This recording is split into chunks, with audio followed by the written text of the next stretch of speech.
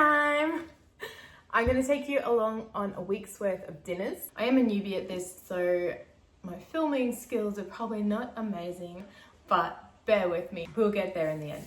I did plan on videoing every single dinner in my week, but then I just kept forgetting. So they're not consecutive, but it is very, what's the word? Very typical.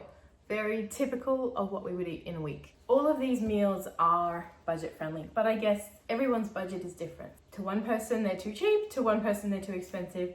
This is what works for us. They're all between 10 to 20 Australian dollars to feed 4 to 6 people. They're all yummy because I can't eat food that's not yummy because I'm a foodie. I love my food.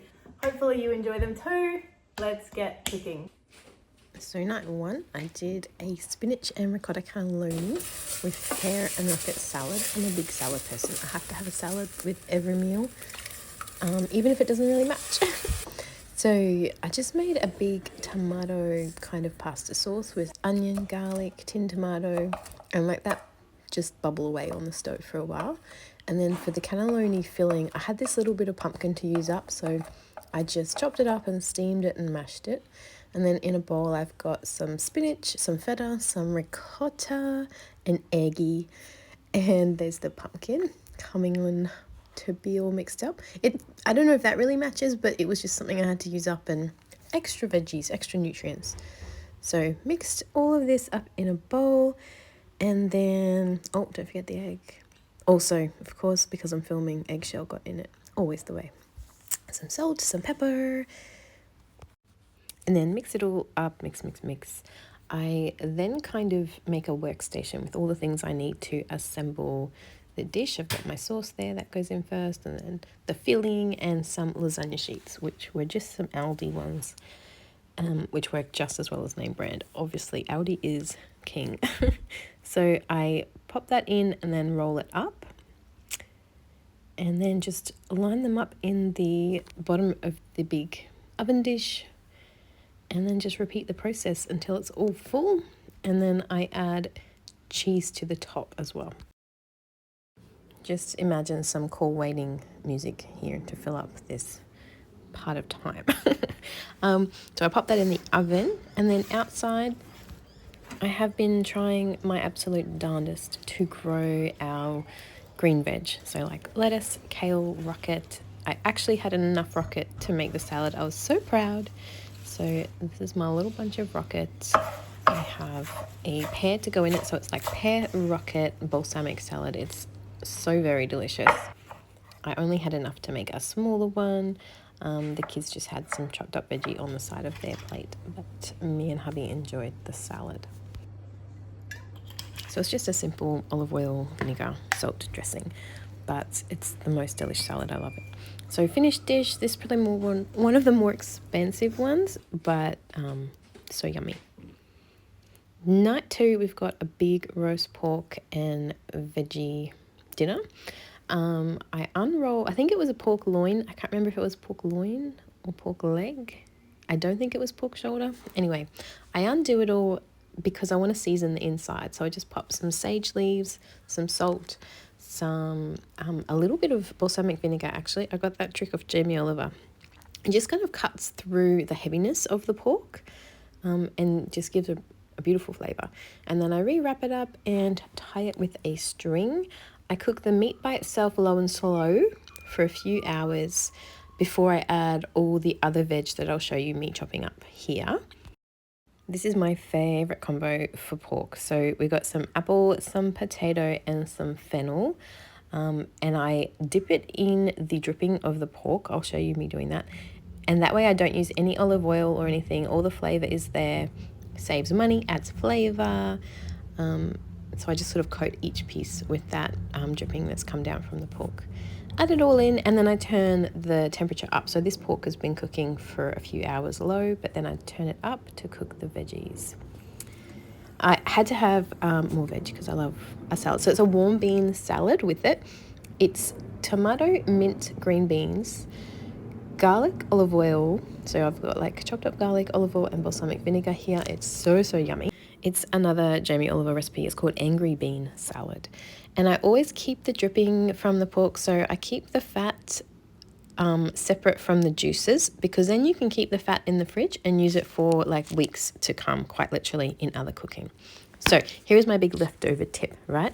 If I have a little bit of meat or a little bit of veg or a little bit of something left over, I pop it in the freezer in a glass container with pizza topping written on it. And at the end of the week, when we have pizza night, I just get all those little bits of leftovers out. So I got chicken and sweet potato in this one. I'm about to chop up. There was a little bit of leftover pork, so I'm about to chop that up. And it's such a yummy dinner. And it's kind of free.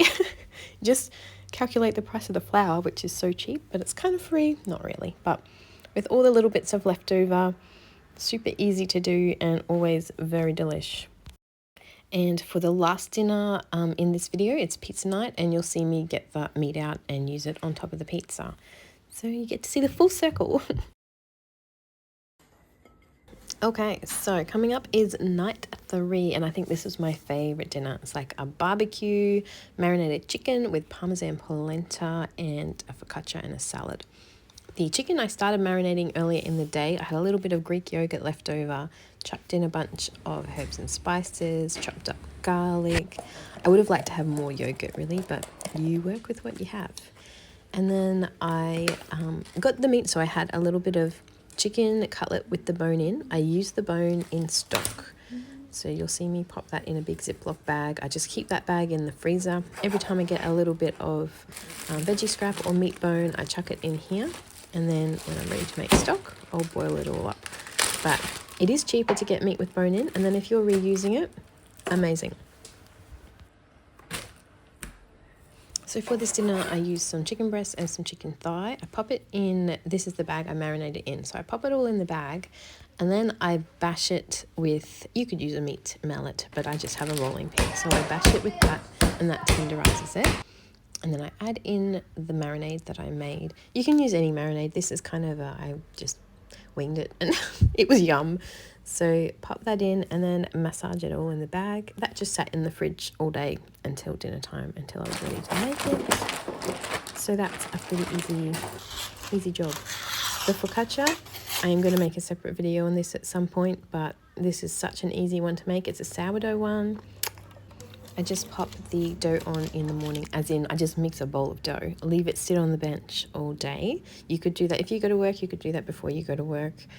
And then it just has to cook for an hour in the oven. So I pop it in a baking dish, and you don't have to fold it or stretch it or anything. You just literally get some olive oil on your hands and push it, push it in the pan, and then put whatever herbs on top that you like.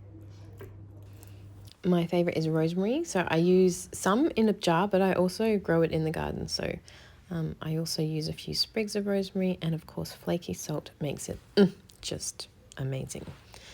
It's up to you how much olive oil you want to put on the top, but the more you put, the tastier the bread is. And then chuck it in the oven for an hour. It is the best bread ever. Now onto the polenta. I feel like Aussies don't really use polenta so much. It's really easy to make. I added about 3 cups of liquid. I did a mixture of water and milk, and then about 3/4 of a cup of polenta. And then you just mix it and cook it low for about 15 minutes, and I'll show you the consistency. So this is it after about maybe 10 to 15 minutes, but you have to stir it low, and I keep the lid on. I turn it really low and keep the lid on for another 20, and then it's looking like this. When it looks like this, I add some butter, some parmesan, and some salt. It's such a comforting food too. It's all warm and yummy and tasty. Okay, so moving on to the chicken. So here's the chicken I had marinated earlier, and I'm fortunate enough to have a barbecue. I love my little Weber. I just chuck it on here. This thing is like 15 years old. It just keeps going. Chuck it on here and barbecue it. It cooks pretty quickly. So do that towards the end when everything else is ready. And then this salad, I just kind of made it up as I went. It was some kind of bitter lettuce, which is radicchio or radicchio. I don't know how to pronounce it, but it's delicious. Give that a wash, chop it up pretty fine, and because it's quite bitter, I felt like something a bit citrusy would be nice, so I added some grapefruit into this salad and some cos lettuce. Also, I had some of that dressing left over from the warm bean salad I'd made earlier in the week, so to that I just added some lemon zest and a little bit of apple cider vinegar, and that was it. It was amazing. And we had some cucumbers on the side because some people in the family don't love bitter lettuce, and that's okay. We chose cucumber instead that night. Anyway, this was a fave. I actually thought I'd sped up that video, but I'm just really fast at mixing salads apparently. Here is the beautiful finished focaccia, our plate of food with that warm Parmesan polenta. Such a yummy dinner, this one. So moving on to night 4. Now we had quite a bit of that barbecue chicken left over from night 3. And I also had just got home from groceries, was really tired, but we needed to have something hearty and nourishing. So I chopped up some Brussels sprouts and just made an easy, pretty standard potato salad, but added the Brussels sprouts and the chicken to it to kind of bulk it up and add lots of nutrients. Now, trust me, roast Brussels sprouts, so delish. This is standard. I think everyone knows how to make a potato salad, but you chop up potato and you boil the potato. And then for the dressing, I just did some Dijon mustard, some lemon, some Greek yogurt, and some Kewpie mayo, and then salt and spring onion. Also, a lot of the herbs you're seeing me use, I grow in the garden, and I am not a green thumb. So that's a huge, like, budget-friendly tip, is just try to grow herbs, because herbs are pretty forgiving. Other things not so much. Well, I find, but herbs are pretty easy to do. So this is just an easy little dressing, mostly yogurt, which makes it not as heavy as a normal potato salad. Whisk it all up. I also just had 2 pieces of bacon in the fridge, so I thought may as well add them as well. Most of the protein was coming from our leftover barbecue chicken. And the eggs too. I had quite a few eggs, but they got eaten beforehand, so they didn't quite make it to the potato salad. This one doesn't look beautiful when mixed up, so maybe keep this image in your mind instead. If I remember correctly, hubby was in a hurry on this night. He had to go out, so I just quickly whacked some food in a bowl for him. It wasn't quite the finished product, but he needed something before he left, so that was what I was doing there. But this could look pretty on a table before you mix it, right? But yeah, when I mix it, not so much. But it was really, really yummy and absolutely hit the spot if you're very hungry. So night 5 was a slow-cooked beef and beans on nachos with like a fresh salsa. This is definitely family favorite. I just have one sort of smallish piece of beef, which keeps the cost low if you bulk it up with the beans, because, you know, legumes are cheap as. So I browned the beef, and then I added some red onion, some white onion, some garlic, and some coriander stems. Don't throw those babies away. They are full flavour. And just sauteed those in the juices from the beef. My camera work is really not great here, so I'm very sorry. You'll just have to trust me that I am doing what I'm saying I'm doing. So browned up those. Then I added a big tin of tomatoes. I added paprika, cumin, smoked paprika, ground coriander, salt, and brown sugar in with the tin tomatoes, mixed it all up, chopped up that beef. And because it was like a stewing beef or a casserole beef, it was actually beef shin, by the way. I just let that to cook on low for about 3 or 4 hours. Then 1 or 2 hours before it's ready to serve, I added the legumes. So this changes. I had black beans and chickpeas, and then stir it up and cook for another few hours. Even if you've only got 1 hour left, that's fine. And then this is the fresh salsa. Obviously not authentic. I'm by no means Mexican, but very yummy. I added cucumber, tomato, red capsicum, and then I have so much mint in my garden. And I also added some of the coriander tops as well. Look at me being all fancy with my camera work. Now, we'll see how long it lasts. Just added some lime to the salsa. And then got ready to assemble the nachos. Costco has these massive bags of organic corn chips. They're $10 and they well and truly last us more than one meal. So added the slow cooked beef and beans to the corn chips. And this is when I remembered I had no grated cheese left. So sliced cheese will have to do. Here it is looking all bubbly and lovely. So we always add some Greek yogurt. It's just nice and fresh and it makes it go down well. Some hot sauce and that fresh salsa. Look at that mouthful. So good. So night 6 was almost the same as night 5. And I'm like, do I even make a video? But here it is. I had a lot of the beans and beef left over. So I just made a pot of rice. I warmed up the leftovers and we just ate it with the rice. And then the rice is quite filling and it makes it a little different too. With some coriander and lime juice on the rice. Add the meat mixture. A couple of corn chips just because it gives a crunch. And whatever veggies you have in the fridge. This barbecue sauce, by the way, Carjon's, so good. It's a bourbon smoked apple barbecue sauce. Highly recommend. So that was our night 6. Easy peasy. Night 7 is pizza night. So you remember those bits of leftovers I put in the freezer. This is their time to shine. So making your pizza bases makes all the difference and it's easy. This recipe is not mine. It's from Preppy Kitchen.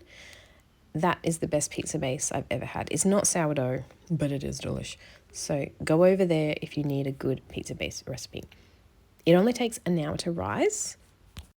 So there's not too much like thinking ahead involved. And every Friday night is pizza night for us. So I do always kind of remember. And this little KitchenAid, it has paid for itself billions of times over.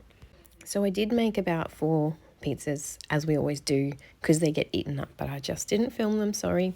So for pizza sauce, I always just use tomato paste. It's easy and ready to go in your pantry always. But my secret, which isn't such a secret, is sprinkle a little bit of brown sugar on top, because then the kids won't ever ask for Pizza Hut or Domino's. It makes all the difference.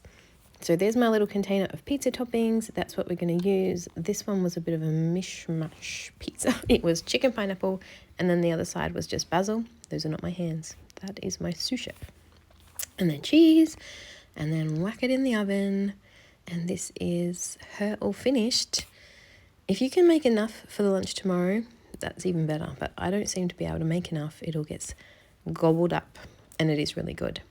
Thanks for watching, guys. This is my sad outro, but thank you so much for watching.